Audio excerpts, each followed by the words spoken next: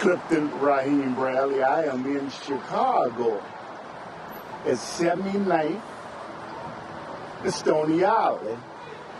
And this is what it looked like in year 2026 for people that will be living in the future generation.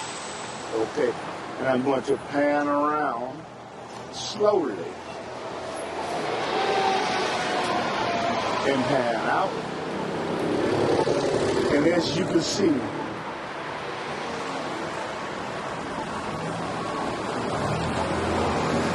there was a bank. Don't know if it'll be there in the future. It's 1606. It's in Chicago. It's on Stony Island. And a White Castles is across the streets. White Castles for future generations was a restaurant where they serve people hamburgers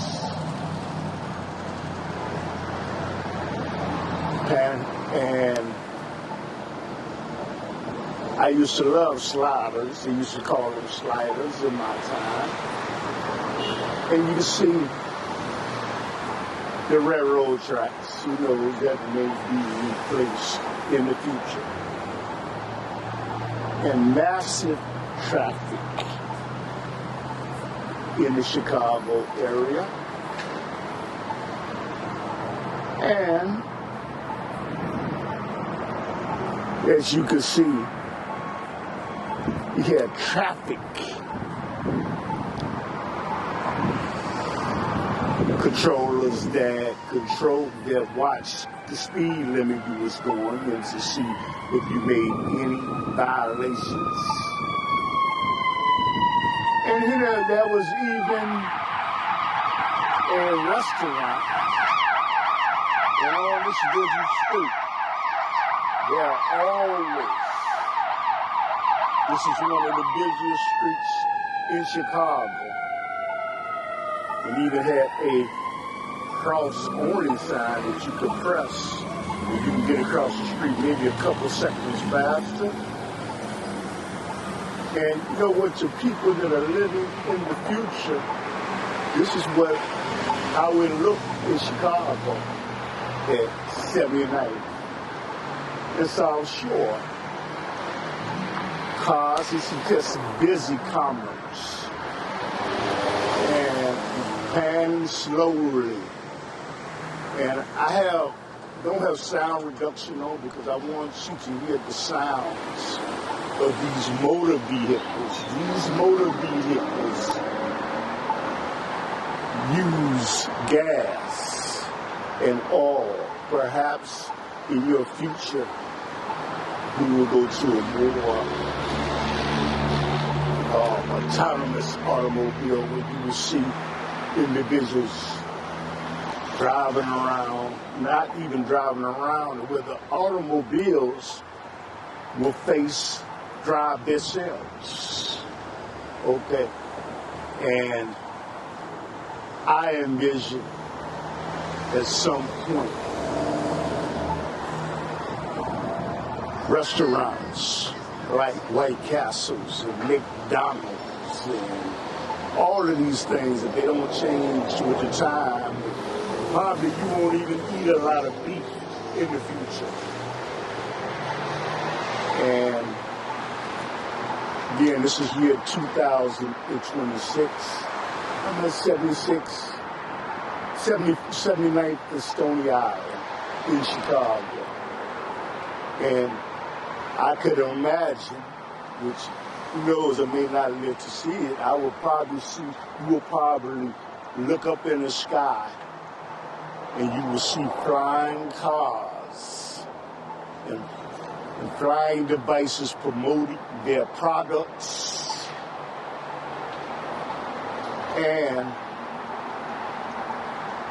see people Usually during the busy hour, there are people walking up and down the streets, but I envision that androids or robots will be walking up down the streets doing tasks for the people that they're owned by. And also little robots rolling around on the streets, delivering packages, food, and all of this. And much metadata will be shared with a modern society. I believe that you, as a people in the future, you will lose a lot of your privacy, because you have lost privacy already. And you really have, you've lost it, you've given it up with the algorithms. They know what is going on, how to track you. And I kind of imagine in the future that it may not become unnatural for a robot to be carrying a child, and a child to have a mother that's a robot, a father that's a robot, humanoid. And I also believe that people will become hard cyberbots and be able to have things put into their head to give them more knowledge at the computer chip. And again, you have to remember, you're probably laughing because I'm in your past. All I'm doing is giving you what I think it would be like in the future. And a lot of people will lose their civil liberties. And you may be asked to put a computer chip in your finger or your head to watch your every movement. And also,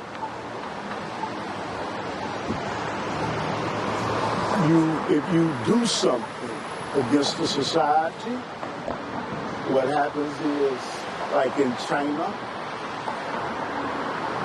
in my present, there are more cameras in China than people. But I envision where if you, like in China, if you jaywalk, you will get a mark against your credit, and you will be ostracized against society if you choose to live like a group in my time called the Quakers, okay, that does not rely, they don't rely on technology like this.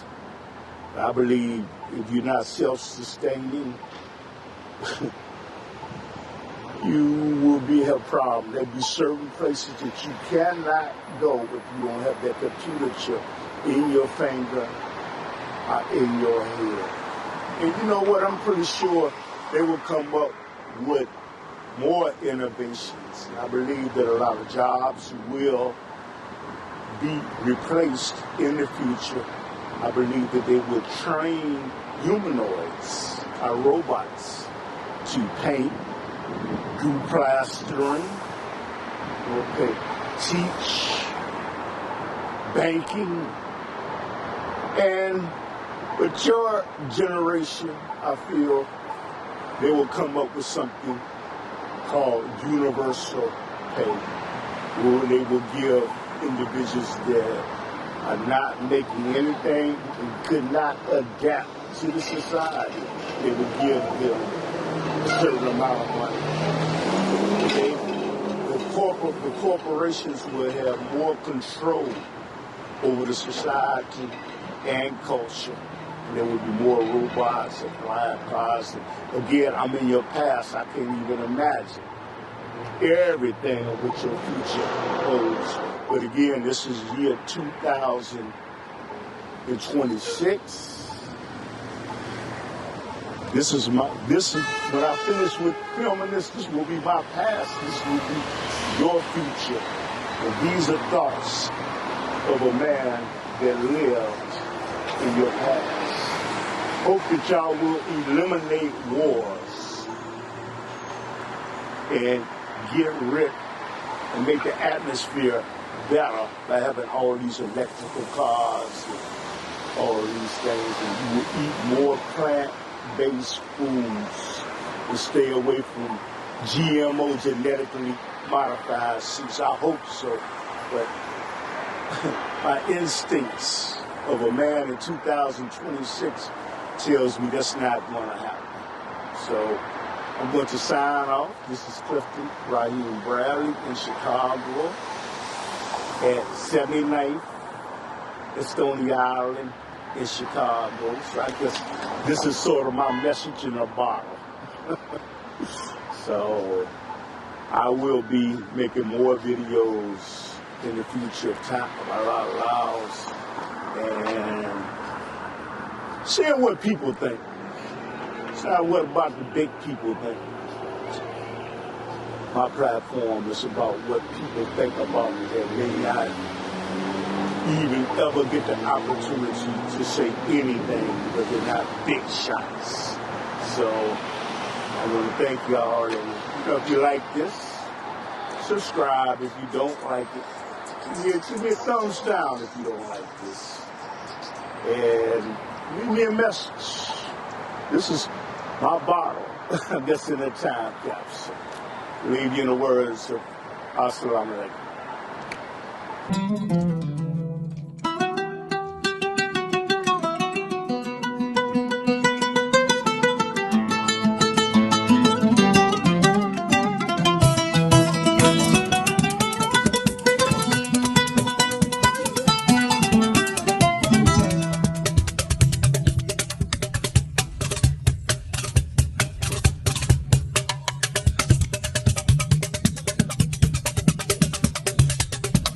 While Washington and Beijing fight over microchips, the real AI war just moved into the physical world.